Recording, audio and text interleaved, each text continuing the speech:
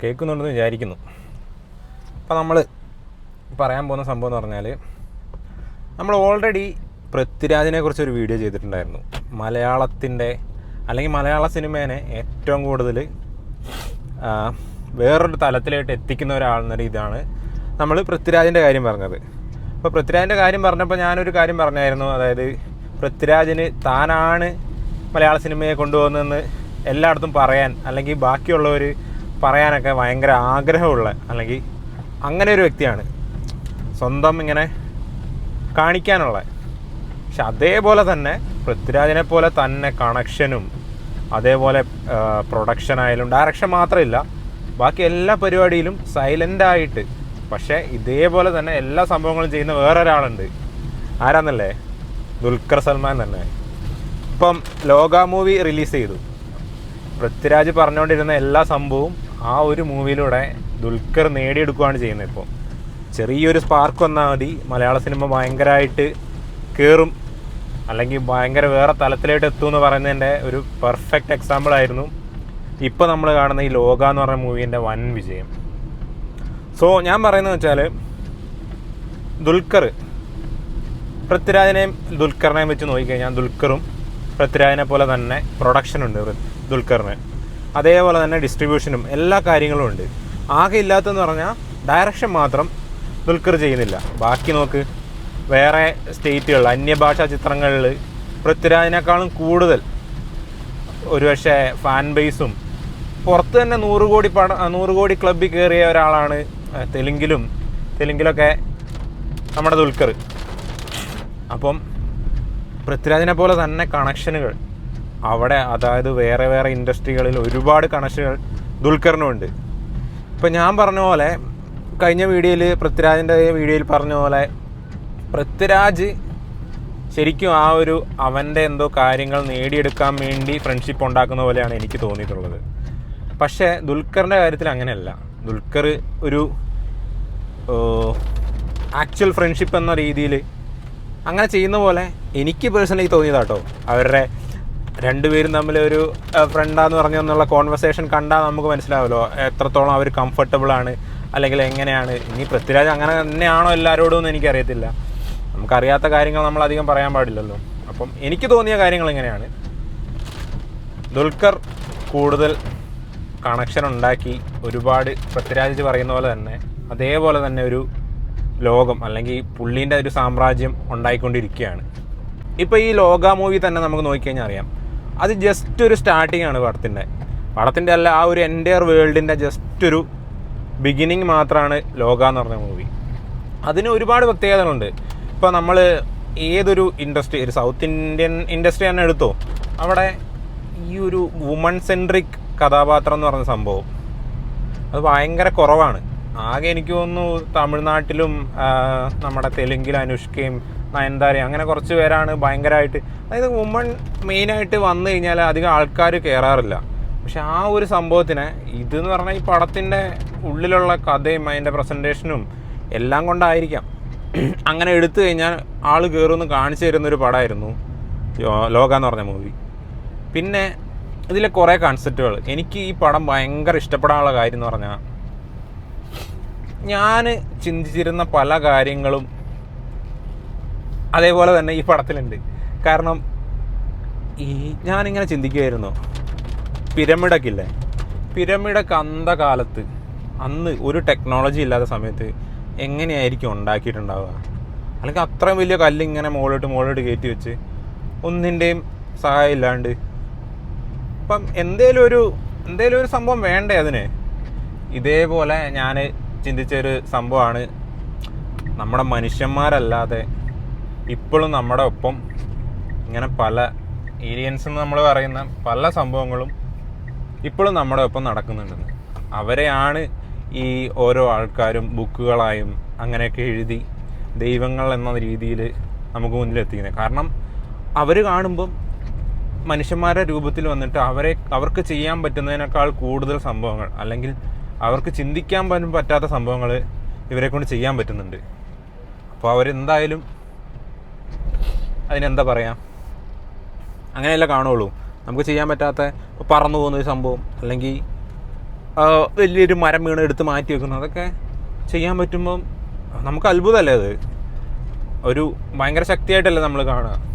അങ്ങനെ ആയിരിക്കാം ഇതെല്ലാം വന്നതെന്നാണ് എൻ്റെ ഒരു കൺസെപ്റ്റ് കേട്ടോ.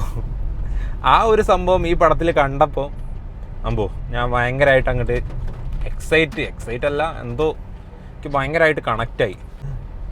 അയ്യോ ഇതെന്താ കുഴിയോ, എൻ്റെ പൊന്നടാവ് ഇതിൽ വരണ്ടായിരുന്നു.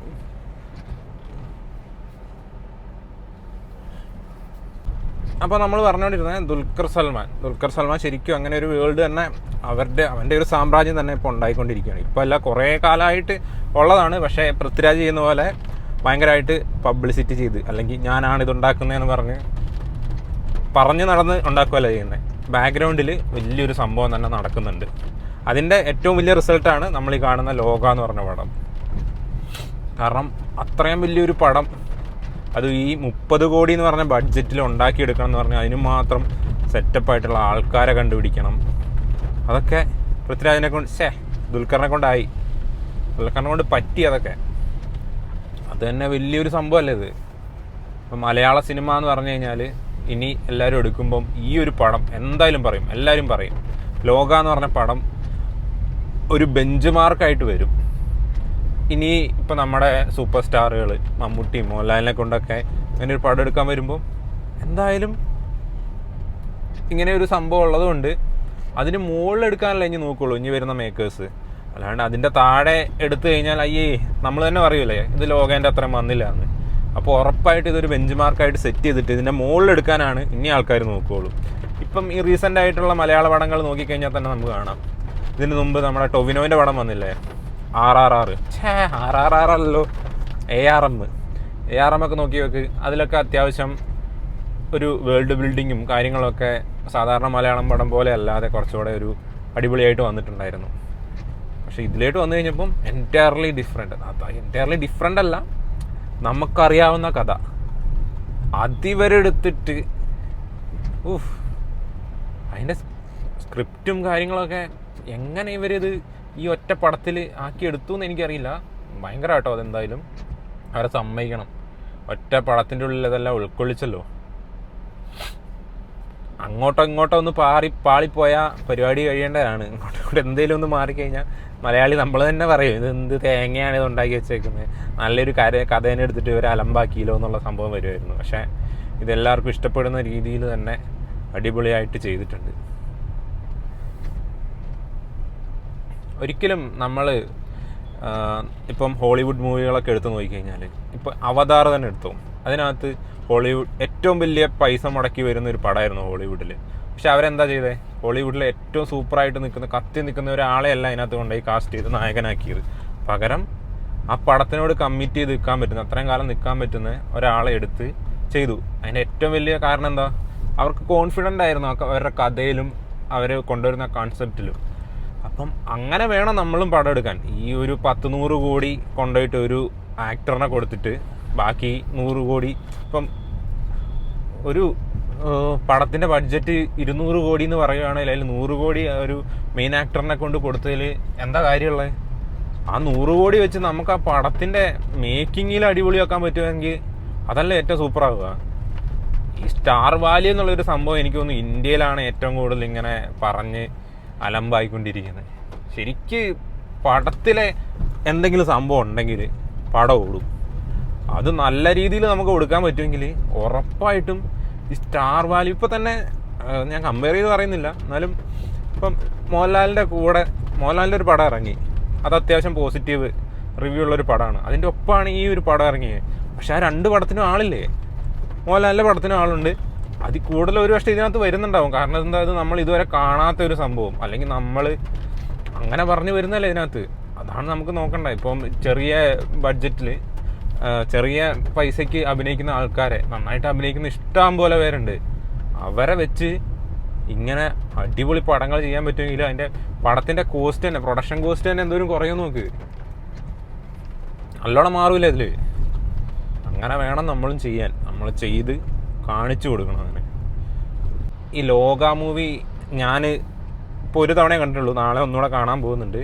കാരണം നമ്മൾ ഈ പടത്തിൻ്റെ പുറകെ ഇപ്പോൾ ഇൻട്രസ്റ്റെല്ലാർ വന്നപ്പോൾ റിലീസ് ചെയ്തപ്പോൾ കൊച്ചി പോയി കണ്ടു ഞാൻ.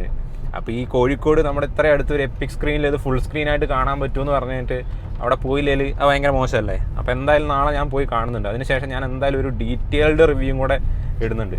ഒരു സ്പോയിലർ ആയിരിക്കും അതിനകത്ത് മൊത്തം, അതെന്തായാലും ഞാൻ ഇടുന്നുണ്ട്. അപ്പോൾ ഞാനും എമ്മും ഡിയും കൂടെ പോയിട്ട് ഗാലക്സി സിനിമാസ് എപ്പിക് സ്ക്രീനിൽ നിന്ന് നമ്മൾ ഈ പടം കണ്ടിട്ട് എന്താണ് വ്യത്യാസം, അല്ലെങ്കിൽ അവൾ കണ്ടിട്ടില്ല ഇതുവരെ, അപ്പം അവക്കെന്താണ് തോന്നിയത്, എനിക്കെന്താണ് തോന്നിയത്, അങ്ങനെയുള്ള സംഭവങ്ങളൊക്കെ ഞാൻ പറയാം. ഇപ്പോൾ ഫസ്റ്റ് ടൈം ഞാൻ കണ്ടിട്ട് എനിക്ക് തോന്നിയ സംഭവം എന്ന് പറഞ്ഞാൽ, ഞാൻ ഈ പടം ട്രെയിലർ വന്നപ്പോൾ തന്നെ എനിക്ക് ഭയങ്കര ഹോപ്പുള്ളൊരു പടമായിരുന്നത്. കാരണം അതിനകത്ത് കാണിച്ചേക്കുന്ന ആ വേൾഡ് കണ്ടപ്പോൾ തന്നെ ഞാൻ ആ പടത്തിലേക്ക് കണക്റ്റായി. ബിക്കോസ് അതിനകത്ത് ഓരോ സ്ട്രീറ്റൊക്കെ കാണിക്കുന്നുണ്ട്. നമ്മൾ സാധാരണ ബാംഗ്ലൂർ സ്ട്രീറ്റൊക്കെ കാണിക്കുമ്പോൾ അലമ്പായിട്ട് ആ ഒരു കളറും അതിനകത്ത് ഓരോ ലൈറ്റ് വെച്ചേക്കുന്നതും ഓരോ സ്ട്രീറ്റുകളാണെങ്കിലും അത് തന്നെ എനിക്കൊരു ഫ്രഷ് ഫീല് തോന്നി. അതിന് ശേഷം ഇതിനകത്ത് ഇങ്ങനെ പറയുന്നുണ്ട്, ട്രെയിലറിൽ തന്നെ പറയുന്നുണ്ട്, നമ്മൾ വിശ്വസിക്കുന്ന പല മിത്തുകളും കഥകളും ഒക്കെ ശരിക്കുള്ളതാണെന്ന്. അങ്ങനെ ഒരു ഡയലോഗ് കല്യാണി പറയുന്നുണ്ട്. അത് കേട്ടപ്പം എനിക്ക് ഭയങ്കരമായിട്ട് ഇതിനോട് ഈ പടം എന്തായാലും റിലീസിൻ്റെ അന്ന് കാണണം, ഇത് സംഭവം എനിക്കെന്തായാലും ക്ലിക്കാവും, എനിക്കെന്തായാലും കണക്റ്റ് ആവും എന്നുള്ളൊരു സംഭവം വന്നു എനിക്കതിൽ. അതുകൊണ്ട് തന്നെ ഞാൻ ഫസ്റ്റ് ദിവസം പോയി കണ്ടു പടം. ഞാൻ പോയി കണ്ടപ്പം ഇത് ഫ്ലാറ്റ് സ്ക്രീനിൽ നിന്നല്ല ഞാൻ കണ്ടത്. അതുകൊണ്ട് തന്നെ രണ്ട് സൈഡിലും ബാറൊക്കെ ഉണ്ടായിരുന്നു. പക്ഷേ പടം ഒരു രക്ഷയില്ലായിരുന്നു. ഇതിനകത്താ വരുന്ന ട്വിസ്റ്റുകളല്ല ഈ ബ്ലെൻഡ് ചെയ്ത നമ്മുടെ ഫോക്ലോർ എന്നല്ലേ പറയുന്നത്, നമ്മുടെ മുത്തശ്ശി കഥകളൊക്കെ ഇതിനകത്തായിട്ട് ബ്ലെൻഡ് ചെയ്തിട്ട് അതങ്ങ് കൊണ്ടുവന്നപ്പം പടത്തിൻ്റെ ലെവലങ്ങ് മാറി. നമ്മൾ ഇതുവരെ സീരിയലിലൊക്കെ കണ്ട കത്തനാരും നീലിയൊക്കെ ഇതിനകത്തായിട്ട് വരുമ്പം ശരിക്കും ഈ കല്യാണീൻ്റെ റോള് തന്നെ, നീലി എന്നുള്ള ക്യാരക്ടർ തന്നെ ഭയങ്കര സർപ്രൈസിങ് ആയിരുന്നു. പിന്നെ ആ പഴയ കാലം കാണിക്കുന്നില്ല അതിനകത്ത്, ആ കൊച്ചിൻ്റെ പെർഫോമൻസ് കിട്ടില്ലൻ, നല്ല മാർഷൽ ആർട്സ് ഒക്കെ അറിയാവുന്ന ഒരു കൊച്ചാണത്. പിന്നെ നമ്മുടെ വില്ലൻ സാൻഡി മാസ്റ്റർ, പുള്ളീനെ ശരിക്കും ചുമ്മാ നിർത്തിയാൽ തന്നെ ചോക്ലേറ്റ് കോഫി ഇല്ലേ, ഒരു സൈക്കോ ലുക്കാണ് പുള്ളിക്ക് അത്. പിന്നെ ഈ തമിഴിൽ കുറച്ച് റഫായിട്ട് ഇങ്ങനെ പറഞ്ഞു കഴിഞ്ഞാൽ തന്നെ എന്തോ ഒരു സൈക്കോത്തരം അങ്ങനെ തന്നെ വരും. അത് ഈ പുള്ളിക്ക് ശരിക്കും ഉണ്ട്, അടിപൊളിയായിട്ടുണ്ട്. പുള്ളി വന്ന് നിന്നിട്ട് ഇങ്ങനെ നോക്കിയാൽ മതി, അയാൾ സൈക്കോ ആണെന്ന് നമ്മൾ അറിയും. നല്ല കിഡിലനായിട്ട് അതിനകത്ത് അഭിനയിച്ചിട്ടുണ്ട്. പിന്നെ നസ്ലിന് ഇതിനകത്ത് ശരിക്കും ഒരു നസ്ലിൻ്റെ പടമല്ല ശരിക്കും ഇത് കല്യാണീൻ്റെ പടമാണ്. കല്യാണിയാണ് അതിൻ്റെ മെയിൻ. ഇനി വരുന്ന സീരീസുകളിൽ ഇനി വരുന്നതിൽ മിക്കവാറും ഇതിനകത്ത് നസ്ലിനൊക്കെ കൂടുതൽ റോള് വന്നാൽ അടിപൊളിയാവും. പിന്നെ ഇതിനകത്ത് ഒരുപാട് ക്യാമിയോസ് ഉണ്ട്. പിന്നെ ഫസ്റ്റ് തന്നെ ഈ കല്യാണി ഒരു സാധനം എടുത്തിട്ട് പോകുന്നുണ്ട്. അത് ഈ പടത്തിലെന്തോ വലിയ ഇമ്പോർട്ടൻ്റ് ഉള്ളൊരു സാധനമാണ് അവൾ എടുത്തുകൊണ്ട് പോകുന്നത്. ആ ടൈമിൽ പറയുന്നുണ്ട് ഇസ്താറിൻ്റെ ആൾക്കാർ വന്നിട്ട് നിങ്ങളെ പിടിക്കും എന്നുള്ളൊരു സംഭവമൊക്കെ പറയുന്നുണ്ട്. അവരാണ് വന്നിട്ട് ഇവളെ ആക്രമിക്കുന്നത്. അപ്പോൾ ഈ പടം തുടങ്ങുന്ന ടൈമിൽ നിങ്ങൾ ശ്രദ്ധിച്ചാൽ അറിയാം, ഈ നമ്മുടെ ഭൂമിയിലേക്ക് വേറൊരു ഗ്രഹത്തിൽ നിന്ന് വരുന്നതാണ് ഫസ്റ്റ് ഒരാളെ കാണിക്കുന്നുണ്ട്. അതായിരിക്കാം മൂത്തോൻ എന്ന് പറഞ്ഞ ആൾ. മൂത്തോനെ ഒരാൾ പറഞ്ഞു വിടുകയാണ് ചെയ്യുന്നത്, ഒരു പെണ്ണ്, അതിനൊരു കൊച്ചുമുണ്ട്. എന്നിട്ട് മൂത്തോൻ ഇവിടെ വന്ന് കുറേ ആൾക്കാരെയൊക്കെ എന്താ പറയുക, മൂത്തോന് എന്തായാലും വേറെ കഴിവുകളുണ്ടാവുമല്ലോ, അത് കണ്ട് മനുഷ്യന്മാർ മൂത്തോൻ്റെ കൂടെ കൂടി അങ്ങനെ നിൽക്കുമ്പോൾ എന്തോ പറഞ്ഞു വിട്ട ആൾക്ക് ഇസ്താറിന് ഇഷ്ടപ്പെട്ടില്ല എന്ന് തോന്നുന്നു. അപ്പോൾ ഇസ്താർ പിന്നെ വന്നിട്ട് ഇതേപോലെ ഇവരെ ആ മനുഷ്യന്മാരെയൊക്കെ ആക്രമിക്കാൻ തുടങ്ങുമ്പം മൂത്തോൻ അതിൻ്റെ എതിരാവും. അങ്ങനെയാണ് അതിനകത്ത് കാണിക്കുന്നത്. ഇപ്പോൾ എല്ലാ തിയറികളും എടുത്തു കഴിഞ്ഞാലും അങ്ങനെയൊക്കെയാണ് പറയുന്നത്. പക്ഷേ എനിക്ക് തോന്നിയ സംഭവം എന്ന് പറഞ്ഞാൽ മൂത്തോനാണ് ശരിക്കും വില്ലൻ. ഈ ഇസ്താർ എന്ന് പറയുന്ന ആളല്ല വില്ലത്തി. മൂത്തോനാണ് വില്ലൻ. മൂത്തോൻ ശരിക്കും ഇവരെല്ലാം പിടിച്ച് വെച്ച് കൺട്രോൾ ചെയ്ത് നിൽക്കുകയാണ് ചെയ്യുന്നത്. അപ്പം അതിൽ നിന്ന് രക്ഷപ്പെടുത്താൻ അല്ലെങ്കിൽ ഭൂമിയെ രക്ഷിപ്പിക്കാൻ വേണ്ടി വരുന്ന ഒരാളാണ് ഇസ്താർ എന്നാണ് എൻ്റെ ഒരു കൺസെപ്റ്റ് കേട്ടോ. എല്ലാവരും മൂത്തോനെ ഹീറോ ആക്കി വെച്ചേക്കുമല്ലേ, അപ്പോൾ എനിക്ക് നേരെ തിരിച്ച് ചിന്തിച്ചൂടെ? ഇല്ല, എനിക്കത് കണ്ടപ്പോൾ അങ്ങനെ തോന്നിയായിരുന്നു. ഈ പല പടങ്ങളിലും ഈ ഹോളിവുഡ് നമ്മൾ ഓരോ യൂണിവേഴ്സൊക്കെ എടുത്തു കഴിഞ്ഞാൽ അതിനകത്തുള്ള പോലെ ചെറിയൊരു ട്വിസ്റ്റായിരിക്കാം ഇതും. ഫാൻ തിയറികൾ ഉണ്ടാക്കാമല്ലോ, നമുക്ക് ഇഷ്ടം പോലെ ഫാൻ തിയറി ഉണ്ടാക്കാം. ഇപ്പോൾ ഗെയിം ഓഫ് ത്രോൺസ് ഒക്കെ വന്നപ്പം ഇഷ്ടം പോലെ ഫാൻ തിയറി ഉണ്ടായിരുന്നില്ലേ? അതും എല്ലാത്തിലും ഉണ്ട് ഫാൻ തിയറി. അതേപോലെ നമുക്കും ഫാൻ തിയറി ഉണ്ടാക്കാൻ പറ്റിയ ഒരു സാധനമാണ് ഇത്. നിങ്ങളും നിങ്ങളുടെ ഫാൻ തിയറിയൊക്കെ ഉണ്ടാക്കി ആഡ് ചെയ്തു. അപ്പോൾ എൻ്റെ ഫാൻ തിയറിയിൽ വരുന്നത് മൂത്തോനാണ് ഈ ഒരു ലോക എന്ന് പറഞ്ഞ യൂണിവേഴ്സിലെ ഏറ്റവും വലിയ വില്ലനാകാൻ പോകുന്നത്. എന്നിട്ട് നമ്മുടെ ഇഷ്താർ എന്ന് പറഞ്ഞ ആൾ ശരിക്കും വില്ലത്തിയല്ല, അതൊരു നല്ല ക്യാരക്ടറായിരിക്കും. Moothon will be the villain. And Moothon ഇവരെ എല്ലാം പറഞ്ഞ് പറ്റിച്ച് ഇരിക്കുകയാണ് ഇപ്പോൾ. എന്ത്, മറ്റവരാണ് പ്രശ്നക്കാർ എന്നുള്ള രീതിയിലാക്കി വെച്ചേക്കുവാണ്. ബട്ട് അറ്റ് സം പോയിന്റ് അത് റിവീലാവും. മൂത്തോനാണ് ഇതിൻ്റെ എല്ലാം പ്രശ്നക്കാരൻ, മൂത്തോനെ തട്ടിക്കഴിഞ്ഞാൽ പരിപാടി കഴിഞ്ഞു എന്നുള്ളതാവും ഇതിൻ്റെ ഇവഞ്ച്വലി ഇത് വരാൻ പോകുന്നത്. അപ്പോൾ ഇതാണ് എൻ്റെ ഒരു ഫാൻ തിയറി കേട്ടോ. പിന്നെ ഇതിനകത്തുള്ള ഓരോ ക്യാരക്ടറെക്കുറിച്ച് നോക്കിക്കഴിഞ്ഞാൽ നമുക്ക് കാണാൻ പറ്റും. ടൊവിനോ ആണ് ചാത്തൻ. പിന്നെ നമ്മുടെ ദുൽഖറാണ് ഒടിയൻ. പിന്നെ അതിനകത്ത് കുറേ പേരെ കാണിക്കുന്നുണ്ട്. നമ്മുടെ ബാലു വർഗീസിനെ കാണിക്കുന്നുണ്ട്, സോബിനെ കാണിക്കുന്നുണ്ട്, പിന്നെ കുറേ പെണ്ണുങ്ങളെ കാണിക്കുന്നുണ്ട്, ഹാനേനെയും, അങ്ങനെ കുറേ പേരെ കാണിക്കുന്നുണ്ട്. അവരൊക്കെ ഇതിനകത്ത് എന്തെങ്കിലും റോളുള്ള ആൾക്കാരായിട്ട് വരും. കാരണം ഇവരെല്ലാം ഇതിനു മുമ്പ് കത്തനാർ തന്നെ പറയുന്നുണ്ട്, ഇതേപോലെ അമാനുഷിക ശക്തികളുള്ള കുറേ പേര് നമ്മുടെ ഇടയ്ക്കുണ്ട് എന്ന് പറയുന്നുണ്ട്. ഇപ്പോൾ ഇവക്ക് തന്നെ ഈ ഒരു പവർ കിട്ടിയത് ആ ഒരു പ്രതിമേൻ്റെ അടുത്തുനിന്ന് വവ്വാലി അടിച്ചിട്ടാണ്. അപ്പോൾ ആ പ്രതിമ എന്ന് പറഞ്ഞ ഇഷ്താറിൻ്റെ പ്രതിമയായിട്ടാണ് കാണിക്കുന്നത്. അതിൻ്റെ പുറകിൽ കാണിക്കുന്നതല്ല, ഇഷ്താർ തന്നെ ആയിരിക്കും. അപ്പോൾ അതിൽ നിന്ന് ഉണ്ടായ ഒരാളാണ് ശരിക്കും ഇഷ്താറിൻ്റെ കുട്ടി എന്ന് പറയാൻ പറ്റും. ആരെ? നീലീനെ. ആ നീലീനെ വരെ ഇപ്പം മൂത്തോൻ്റെ അണ്ടറിലാണുള്ളത്. അപ്പോൾ ഇവിടെ പോയി അങ്ങനെയാണ് അപ്പോൾ സംഭവഗതികളുടെ കടപ്പ് കിടക്കുന്നത്. അപ്പോൾ ഇതൊക്കെയാണ് എനിക്ക് പറയാനുള്ളത്. Okay, cut it.